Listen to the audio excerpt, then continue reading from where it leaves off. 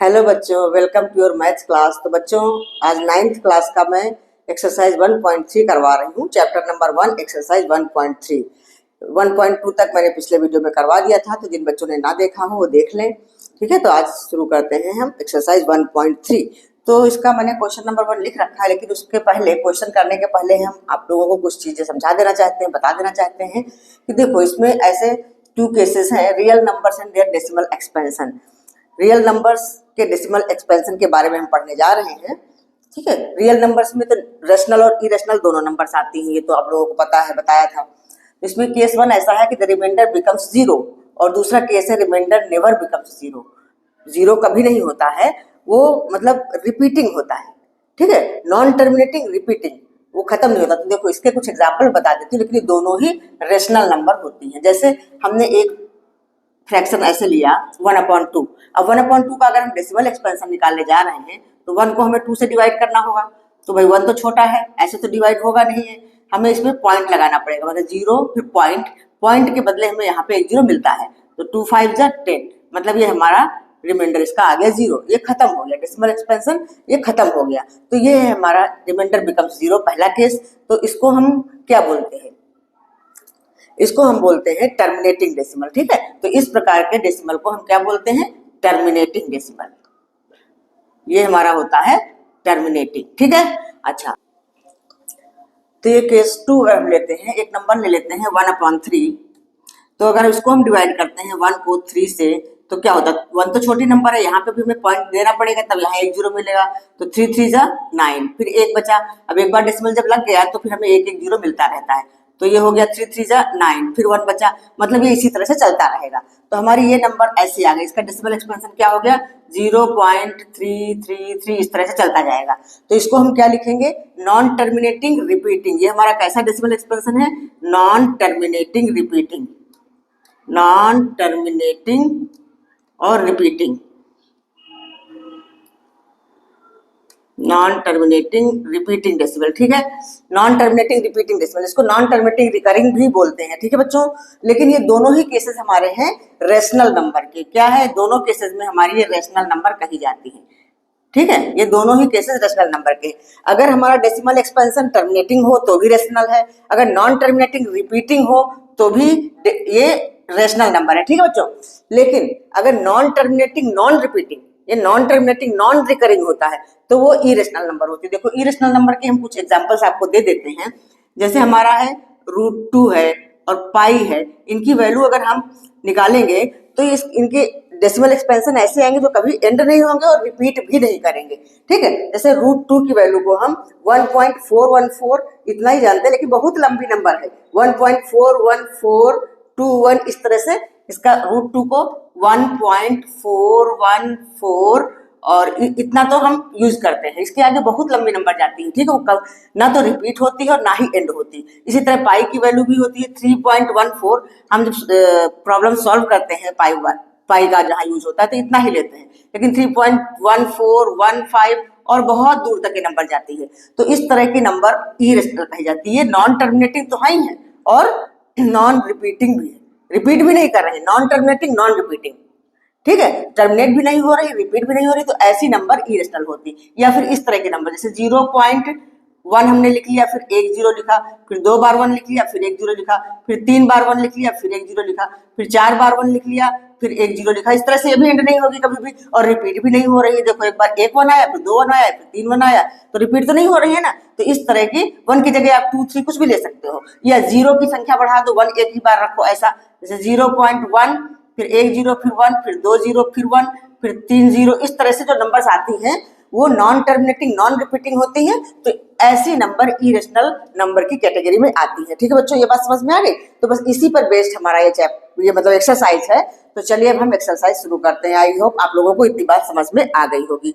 ठीक है, तो चलिए हम एक्सरसाइज का पहला क्वेश्चन करके दिखाते हैं। हाँ बच्चों, तो देखिए, पहला क्वेश्चन मैंने लिखा हुआ है, इसमें हमें क्या करना है?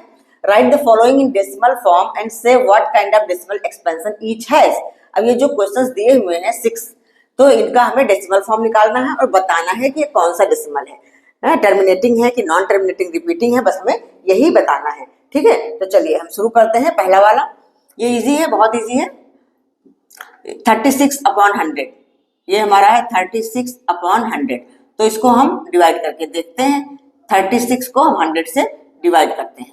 तो देखो ये नंबर छोटी है, तो इसलिए हमें पहले पॉइंट लगाना पड़ेगा। पॉइंट के पहले 0 लिख लेते हैं। पॉइंट लगाया तो हमें एक 0 मिल गया, ठीक है। तो 100 3 जा 300, इसका रिमाइंडर बचा 60। अब पॉइंट तो एक बार लग चुका है तो हमें एक 0 मिलता रहेगा। तो एक 0 हमें ये हमने आगे बढ़ा लिया। अगर दूसरा 0 बढ़ाना हो तो फिर हमें यहाँ 0 डाल के तब 0 बढ़ाना होगा, ठीक है, ये ध्यान रखना। तो ये 600 100 के टेबल में आता है, तो ये हो गया हमारा 600, मतलब इसका रिमाइंडर हो गया 0। तो ये हमारा जो है 36/100, 36/100 को हम लिख सकते हैं क्या है, टर्मिनेटिंग डेसिमल एक्सपेंशन, ठीक है। तो इसको आप लोगों को लिखना है टर्मिनेटिंग डेसिमल एक्सपेंशन, या सिर्फ टर्मिनेटिंग लिख दो तब भी चलेगा, ठीक बच्चों। तो आया समझ में पहला वाला। इसी तरह हम दूसरा वाला करके देख लेते हैं। 1/11, दूसरा है हमारा 1/11, ठीक है। ये क्लियर हुआ, समझ में? वैसे भी आप लोगों ने पढ़ा होगा या आगे पढ़ोगे कि जब 2 0 होते हैं ना किसी भी फ्रैक्शन वाले नंबर के नीचे, 2 0 वाले से 100 होता है तो बस 2 डिजिट के पीछे डेसिमल लग जाता है। तो हमें ऐसे ही आता है, लेकिन फिर भी हमें इसमें करके देखना है। तो 0.36 आया हुआ है, ठीक है। अच्छा 1/11 का भी हम इसी तरह करेंगे। 1 लेंगे और 11 से हम इसको डिवाइड करेंगे। तो देखो 1 तो छोटी नंबर है, तो हमें यहाँ डेसिमल लेना पड़ेगा। 0 पॉइंट लगाया, एक 0 मिला, लेकिन अभी भी ये छोटा है तो फिर हमें यहाँ एक 0 और डालना पड़ेगा, तब हमें दूसरा 0 मिलेगा, ठीक है। 100 हो गया। अब 11 के टेबल में 11 9 जा 99, फिर हमारे पास एक आया, तो हमने डेसिमल डाल दिया है, एक बार हम डाल चुके हैं, तो एक 0 तो हमें यूं ही मिल जाएगा। लेकिन अभी भी इससे जा नहीं रहा, तो हमें यहाँ एक 0 और डालना पड़ेगा, तब दूसरा 0 मिलेगा। तो फिर 11 9 जा 99, फिर हमारे पास यहाँ 1 आया, फिर वही चीज होगी। यहाँ जब 0 डालेंगे तो हमें यहाँ 2 0 मिलेंगे। फिर 11 9 जा 99, मतलब ये क्रम ऐसा ही चलता रहेगा। तो ये हमारा 1/11 क्या है, 1/11 को हम ऐसा लिख सकते हैं 0.09 और ऊपर बार लगा देते हैं। जब वही नंबर बार बार रिपीट होती है 09 09 09, तो उसके ऊपर बार लगा देते हैं, तो बस हम समझ जाते हैं कि ये नंबर रिपीट हो रही है। तो ये हमारा कैसा डेसिमल है, terminating, non terminating and repeating, non terminating and repeating. तो इसको हम क्या लिखेंगे, non terminating and repeating, non terminating repeating या रिकरिंग, जो भी लिखो, रिपीटिंग लिख सकते हो और रिकरिंग भी लिख सकते हो, नॉन टर्मिनेटिंग रिपीटिंग, ठीक है बच्चों। क्लियर हुआ, समझ में आ रहा है? तो चलिए थर्ड वाला करते हैं, इसको रब कर। हाँ बच्चों, तो इसका थर्ड पार्ट है 4 होल 1/8। तो सबसे पहले तो हम इसको मल्टीप्लाई करके इम्प्रॉपर नंबर बना लेते हैं। तो 8 4 जा 32, 32 और 33, तो ये हो गया 33/8। अब हम 33 को 8 से डिवाइड करते हैं। अब आगे यहाँ करते हैं, 33 को 8 से हम डिवाइड कर लेते हैं। तो क्या होगा, 8 4 जा 32, यहाँ रिमाइंडर आया 1। अब यहाँ पे हम पॉइंट लगाएंगे, यहाँ 0 मिल जाएगा। तो 8 1 जा 8, अभी 2 आया, फिर पॉइंट तो एक बार लग चुका है, एक 0 तो मिलना ही है। फिर 8 2 जा 16, अभी यहाँ पे आया 4, फिर एक 0 लिया हमने, तो 8 5 जा 40। ये हमारा खत्म हो गया। जब ये खत्म हो गया तो इसको हम क्या बोलेंगे, टर्मिनेटिंग डेसिमल है। तो बस हमारा ये जो है 4 होल 1/8, इसको हम लिखेंगे टर्मिनेटिंग, ठीक है बच्चों। क्लियर हुआ, समझ आया? चलिए फोर्थ नंबर क्वेश्चन कर लेते हैं हम। फोर्थ है हमारा 3/13। तो इसको हम 3 को 13 से डिवाइड करके देखते हैं। तो हमें सबसे पहले पॉइंट डालना होगा, तो यहाँ 0 मिलेगा 30। अब 13 का टेबल 13 2 जा 26, 30 में से 26 हटाएंगे, आएगा 4। अब ये डेसिमल डाल चुके हैं तो एक 0 तो मिलता रहेगा, 40 हो गया। अब 13 3 जा 39, अब यहाँ पे आया 1, ठीक है। अच्छा, उसके बाद अब हमें एक 0 तो मिल जाएगा, लेकिन एक 0 लेने से तो काम नहीं चलेगा, तो हमें यहाँ पे एक 0 डालना पड़ेगा, फिर हमें यहाँ पे एक 0 मिलेगा। तो ये हो जाएगा 13 का टेबल पढ़ो कि 100 से कम आए, 13 का टेबल पढ़ो 100 से कम आए। तो 13 7 जा 91, 13 7 जा 91। अब 100 में 91 घटेगा तो आएगा 9, एक 0 हमें मिलेगा 90। अब 13 का टेबल हम पढ़ेंगे 6 टाइम, क्योंकि 7 टाइम तो 91 हो जाएगा, तो 6 टाइम्स पढ़ेंगे तो कितना आएगा 78। हाँ, 13 के टेबल 6 टाइम्स पढ़ते हैं तो आता है हमारा 78। अब यहाँ पे हो गया 12, ठीक है। तो एक जीरो तो हमें मिल ही जाएगा, 120 हुआ। 120, अब 13 का टेबल ऐसा पढ़ो कि 120 से कम आए। तो 13 9 जा 117 होता है ना, 13 9 जा 117, तो 9 टाइम्स जाएगा ये 117। तो अभी हमारे पास इसका रिमाइंडर आ गया 3। अब देखो हम फिर वही पहली वाली स्थिति पहुंच गए। अब जैसे हमने 3 को 13 से डिवाइड किया था, तो इतना करते करते हम फिर 3 पर पहुंच गए। तो हम यहाँ पे 0 लेंगे, फिर 30 बनेगा, ऐसा बनेगा, फिर मतलब यही वाली नंबर रिपीट हो जाएगी। जो हमारा 2 3 0 7 6 9 है, तो यही रिपीट हो जाएगी, ठीक है। तो ये हमारी क्या हुई, नॉन टर्मिनेटिंग रिपीटिंग। और इसकी वैल्यू क्या हुई, वैल्यू भी तो हमें लिखनी होगी। तो 3/13 इक्वल टू हो जाएगा 0.23076 अब यही फिर रिपीट होने वाली है, क्योंकि हम पता चल गया, हमें यहाँ रिमाइंडर 3 आ गया तो पता चल गया, ठीक है। तो ये हो जाएगी क्या। अच्छा, इसमें भी हमें इसकी वैल्यू भी लिख लेनी है। जैसे हमने 4 होल 1/8 किया है ना, तो इसकी वैल्यू हमें ये लिख लेनी है 4.125, फिर उसके बाद लिखना है टर्मिनेटिंग। ये तो ये 3/13 हमारा हो गया 0.23076 और ये रिपीट करने वाला है, तो हम इसको क्या लिखेंगे, नॉन टर्मिनेटिंग रिपीटिंग, ठीक है। तो बस अब इसको हम लिख देते हैं नॉन टर्मिनेटिंग और रिपीटिंग,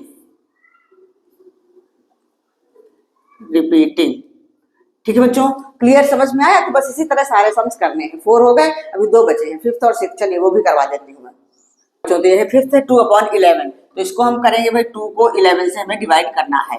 तो सबसे पहले हमें पॉइंट डालना है, तब यहाँ पे हमें 0 मिलेगा। तो 11 1 जा 11, यहाँ पे कितना आ गया, 20 में से 11 घटाएंगे 9 आएगा, फिर एक 0 डालेंगे, तो 11 8 जा 88, फिर यहाँ 2 मिला, फिर आगे एक 0 हम बढ़ाएंगे, तो 11 1 जा 11, फिर यहाँ पे आ गया कितना 9, फिर 90, फिर 11 8 जा 88, फिर यहाँ पे मतलब ये देखो यही चलता जा रहा है, 1818 चलता जा रहा है। तो आंसर है 0.1818। तो अब हम इसको क्या लिखेंगे, 2/11 इक्वल टू 0.18 बार। तो अब ये क्या है, नॉन टर्मिनेटिंग और रिपीटिंग है, नॉन टर्मिनेटिंग रिपीटिंग, ठीक है। अब एक लास्ट है हमारा, वो भी कर लेते हैं, 6th वाला। 329/400, तो इसको देखो 329 400 से हमें डिवाइड करना है। तो देखो 329 से छोटी नंबर है ना, तो हम यहाँ पे सबसे पहले पॉइंट लगाएंगे, यहाँ पे 0 मिला, तो 3290। वैसे देखो अगर 2 डिजिट इसके छिपा लो, 2 डिजिट के, तो 4 8 जा 32, तो 8 टाइम्स जाएगा, तो हम 8 टाइम्स ले जाएंगे, तो कितना आएगा 3200। अब हमारे पास 90 बच रहा है, अब आगे एक 0 और ले लेंगे, तो 402 जा 800, ठीक है। तो कितना आ गया, 100 आ गया, ठीक 100। अब एक 0 हमें और मिल रहा है, तो मिलता ही रहता है एक 0, तो ये भी 2 टाइम्स ही जाएगा 800। अभी इसके नीचे आ गया 200, एक 0 मिला लिया तो हो गया 2000, तो ये पूरा डिवाइड हो जाएगा, ठीक है, ये पूरा डिवाइड हो जाएगा, इसका रिमाइंडर आ गया 0। तो ये क्या है, ये हमारी नंबर क्या है, 329/400, ये है क्या, टर्मिनेटिंग डेसिमल एक्सपेंशन,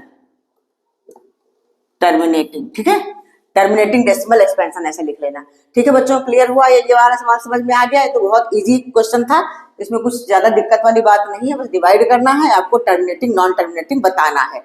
ये नॉन टर्मिनेटिंग रिकरिंग कौन सी है, तो ये सारी की सारी नंबर हमारी रेशनल नंबर है, ठीक है बच्चों, समझ में आई।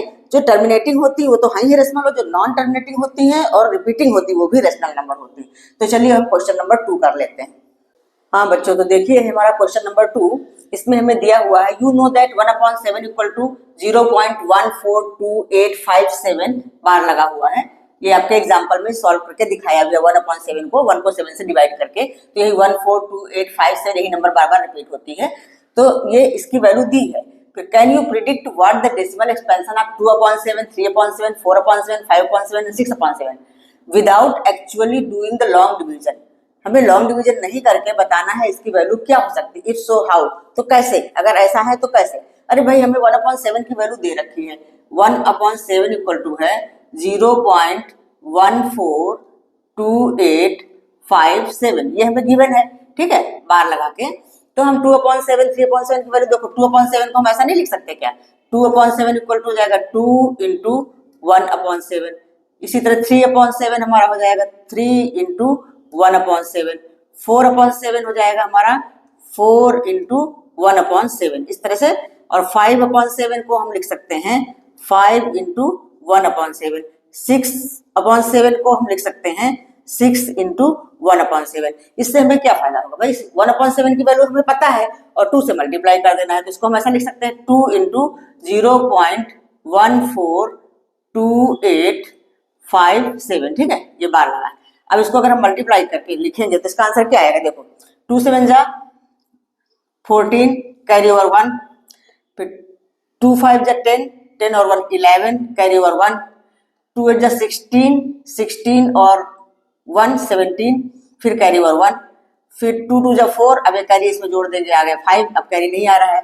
अच्छा, फिर 2 4 जा 8 और 2 1 जा 2, अब यहाँ पे 0 पॉइंट लगा दो, ठीक है।